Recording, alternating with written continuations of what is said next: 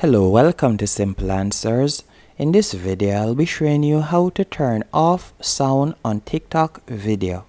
The first thing you want to do is open TikTok and you're going to tap on the plus like you'll normally do to upload a video. And from here, you can simply record your video by simply tapping on the red circle right there. And as you can hear, there's background noise. I'll be showing you how to remove that.